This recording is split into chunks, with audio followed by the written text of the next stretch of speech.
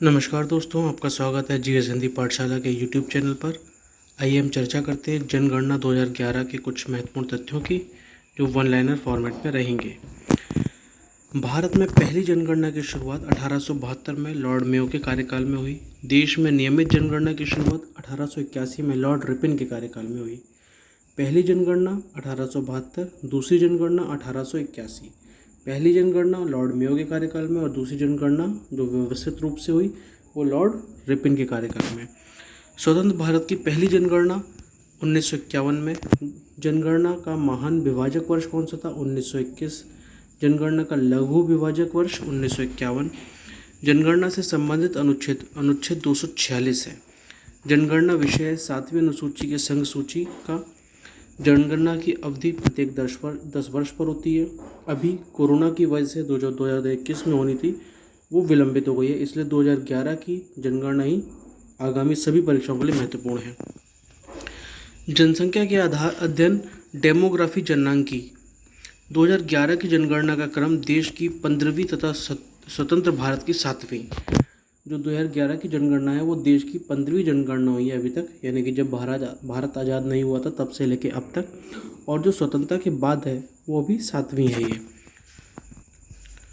2011 की जनगणना का आदर्श वाक्य क्या है? हमारी जनगणना हमारा भविष्य। कुल 29 प्रश्न थे। जनगणना का शुभांकर है प्रगणक शिक्षिका। प्रथम जनगणना कमिश्नर कौन थे? डब्ल्यू प्लॉडेन। स्वतंत्र भारत के प्रथम जनगणना आयुक्त थे R.A. गोपाला स्वामी, 1949 से 1953। 2011 के जनगणना आयुक्त C. चंद्रमौली। पहली बार जाति आधारित जनगणना कब हुई? 1931 में हुई। विश्व जनसंख्या दिवस 11 जुलाई को मनाया जाता है। कुल जनसंख्या 121.8 करोड़, ये 2011 की जनगणना के अनुसार है। अभी हाल ही में 140 करोड़ से भी अधिक जनगणना का अनुमान लगा है। उसके बाद यूएनओ ने एक अपना पत्र जारी किया, इसमें कहा गया कि भारत दुनिया में सबसे ज़्यादा जनसंख्या वाला देश हो गया है, मतलब चीन को भी हमने पछाड़ दिया है। और हाल ही में अभी भारत की संसद में भारत सरकार ने तथ्य प्रस्तुत किया कि भारत आज भी विश्व में दूसरे नंबर पर है जनसंख्या के मामले में। चीन आज भी पहले नंबर पर है। भारत में विश्व जनसंख्या का भाग जो है वो 17.5% है। मतलब जितनी विश्व की जनसंख्या है उसका 17.5% भारत में निवास करता है। पुरुष जनसंख्या कितनी है? 62.32 करोड़, यानी कि 51.47%। महिला जनसंख्या कितनी है? 58.75 करोड़, मतलब 48.53%।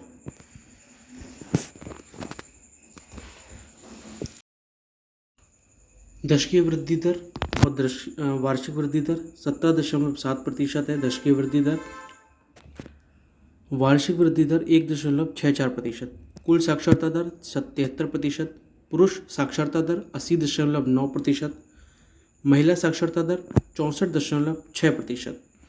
लिंगानुपात 943 महिलाएं 1000 पुरुष पर। शिशु लिंगानुपात 0 से 6 वर्ष की अवधि तक। ये भी ध्यान दीजिएगा कि शिशु लिंगानुपात का माना जाता है 0 से 6 वर्ष की अवधि तक माना जाता है, और 919 है। जनसंख्या घनत्व 382 व्यक्ति प्रति वर्ग किलोमीटर।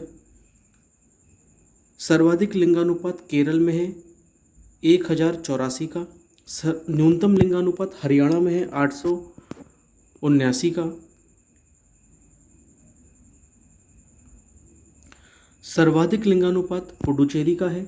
न्यूनतम केंद्र शासित जो लिंगानुपात है वो दमन और दीव का है। अभी दोनों एक ही टेरिटरी बन गई हैं, इसलिए इस आंकड़े में थोड़ा परिवर्तन होगा। सर्वाधिक जनसंख्या घनत्व बिहार का है 1106।